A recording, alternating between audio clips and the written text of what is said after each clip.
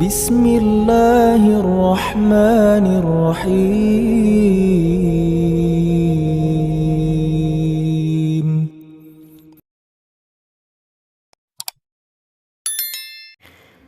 Bismillahirrahmanirrahim. Assalamualaikum warahmatullahi wabarakatuh. Alhamdulillahirabbil alamin. Assalatu wassalamu ala asrofil anbiya'i wal mursalin sayyidina Muhammadin wa ala alihi wa sahbihi ajmain, amma ba'du.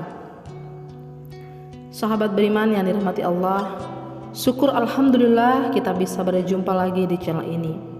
Sholawat serta salam semoga tetap tercurah limpahkan kepada junjungan Nabi besar kita, Nabi Muhammad SAW. Allahumma sholli ala Sayyidina Muhammad wa ala ali Sayyidina wa maulana Muhammad. Harapan saya mudah-mudahan kita semua selalu diberikan kesehatan, dilimpahkan rezekinya, dan diampuni dosa-dosanya oleh Allah Subhanahu wa ta'ala. Amin amin Allahumma amin. Sahabat beriman yang dirahmati Allah, kematian adalah kepastian bagi semua orang. Dan walaupun kematian itu bersifat pasti, akan tetapi tak banyak yang siap jika ia dipanggil dahulu oleh Allah. Sebagian mereka berkata belum siap karena masih banyak dosa dan karena belum sempat bertaubat kepada Allah. Berbeda halnya dengan 5 golongan ini, maka mereka malah berbahagia jika ia dipanggil oleh Allah. Lantas, siapakah 5 golongan yang berbahagia saat ajal menjemput? Sahabat beriman yang dirahmati Allah, dalam sebuah hadis riwayat Imam Tirmizi, Rasulullah SAW menyebutkan bahwa ada beberapa orang yang akan bahagia saat ajal menghampiri mereka. Sebab lewat kematian itu ia akan bertemu dengan Allah terhadap orang-orang tersebut. Allah akan meneguhkan pendiriannya di jalan yang lurus. Allah berfirman, sesungguhnya orang-orang yang mengatakan Tuhan kami ialah Allah, kemudian mereka meneguhkan pendirian mereka, maka malaikat akan turun kepada mereka dengan mengatakan, janganlah kamu takut dan janganlah merasa sedih, dan bergembiralah mereka dengan surga yang telah dijanjikan oleh Allah kepadamu. Berdasarkan ayat ini, Imam Abu Lais alaihissalam berkata dalam kitab Tanbihul Ghafilin bahwa ada 5 golongan yang akan berbahagia saat ajal menyebut mereka. Yang pertama, orang-orang mukmin. Sekalipun tidak semua orang mukmin akan langsung dimasukkan ke dalam surga oleh Allah, karena bisa jadi ada sebagian orang mukmin yang melakukan larangan-larangan Allah Subhanahu wa ta'ala. Namun sahabat beriman yang dirahmati Allah, siksa tersebut tidak akan abadi bagi orang yang percaya dan beriman kepada Allah dan Rasul-Nya. Hal itu berkat syafaat Nabi Muhammad SAW bagi umatnya kelak di akhirat, di mana mereka akan dikembalikan ke surga setelah dosa-dosanya dibersihkan di dalam neraka.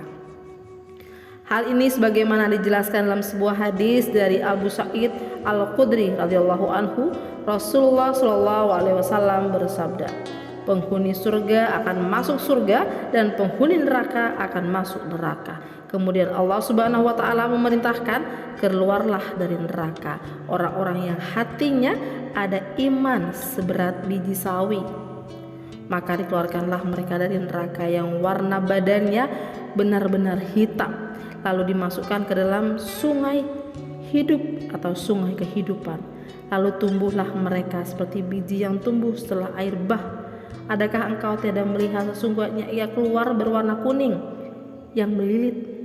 Hadis riwayat Bukhari dan Muslim. Yang kedua, orang-orang yang ikhlas.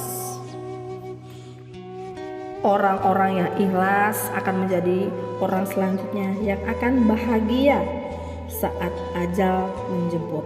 Karena dengan keikhlasannya Allah akan menerima amal perbuatannya. Dalam sebuah hadis Rasulullah SAW bersabda, jika engkau melakukan amal ibadah, lakukanlah semata-mata karena Allah dengan ikhlas. karena tidak akan diterima amal ibadah dari hambanya kecuali yang dilakukan hambanya dengan ikhlas. Hadis riwayat Bukhari.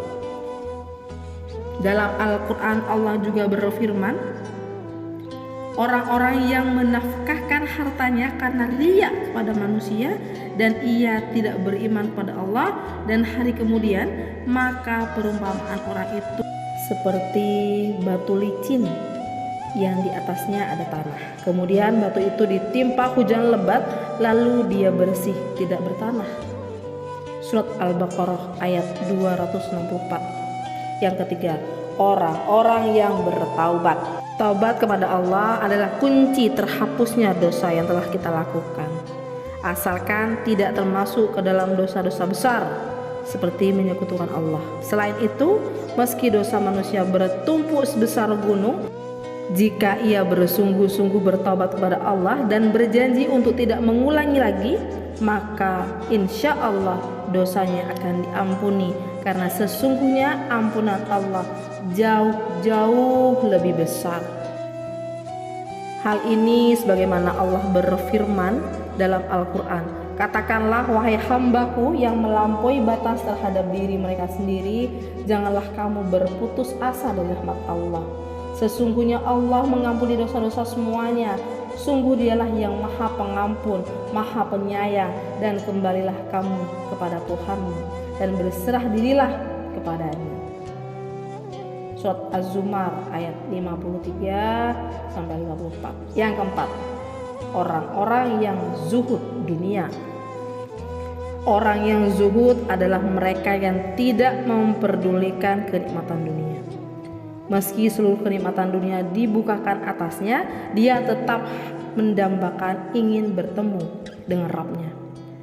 Mereka tidak bersedih terhadap apa yang tidak didapatkannya tentang dunia, dan mereka tidak terlalu gembira terhadap apa yang diberikan di dunia. Mereka tidak khawatir dengan kematian dan hari perhitungan kelak. Sungguh mereka akan bahagia di surga dan tidak ada azab di dalamnya. Sebagaimana Allah berfirman di dalam Al-Quran, kami jelaskan yang demikian itu supaya kamu jangan bersedih terhadap apa yang tidak kamu dapatkan, dan supaya kamu jangan terlalu bergembira terhadap apa yang diberikannya kepadamu. Dan Allah tidak menyukai setiap orang yang sombong lagi membanggakan dirinya sendiri. Surat Al-Hadid ayat 23. Rasulullah SAW juga pernah berdoa yang menjadi tanda suhud pada dirinya. Dituturkan Ibnu Umar, beliau berdoa, ya Allah, anugerahkan kepada kami rasa takut kepadamu yang membatasi antara kami dengan perbuatan maksiat kepadamu, dan berikan ketaatan kepadamu yang menghantarkan kami ke surgamu, dan anugerahkan pula keyakinan yang akan menyebabkan ringan bagi segala musibah di dunia ini. Hadis riwayat Tirmizi, An-Nasa'i, Al-Hakim, dan Al-Bakhawi. Sahabat beriman yang dirahmati Allah, yang kelima, ulama yang mengajarkan ilmu kebaikan.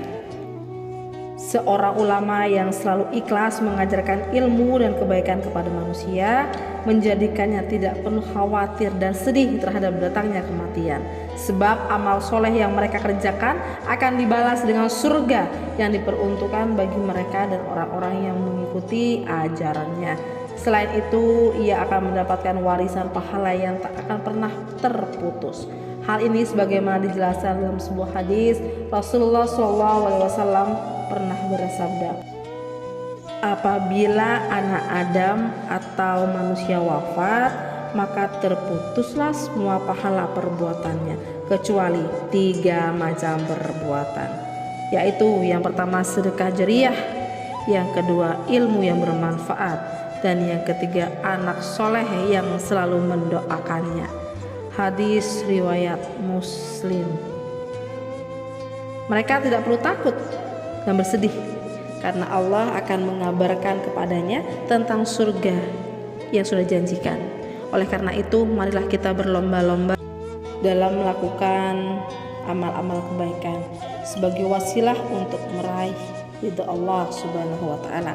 Karena dengan mendapatkan ridho Allah, kita dapat diwafatkan dengan husnul khotimah, memperoleh nikmat dalam kubur, di padang mahsyar, dan dimasukkan dalam surga Allah. Amin amin Allahumma amin. Terima kasih, semoga bermanfaat. Akhirul kalam, wassalamualaikum warahmatullahi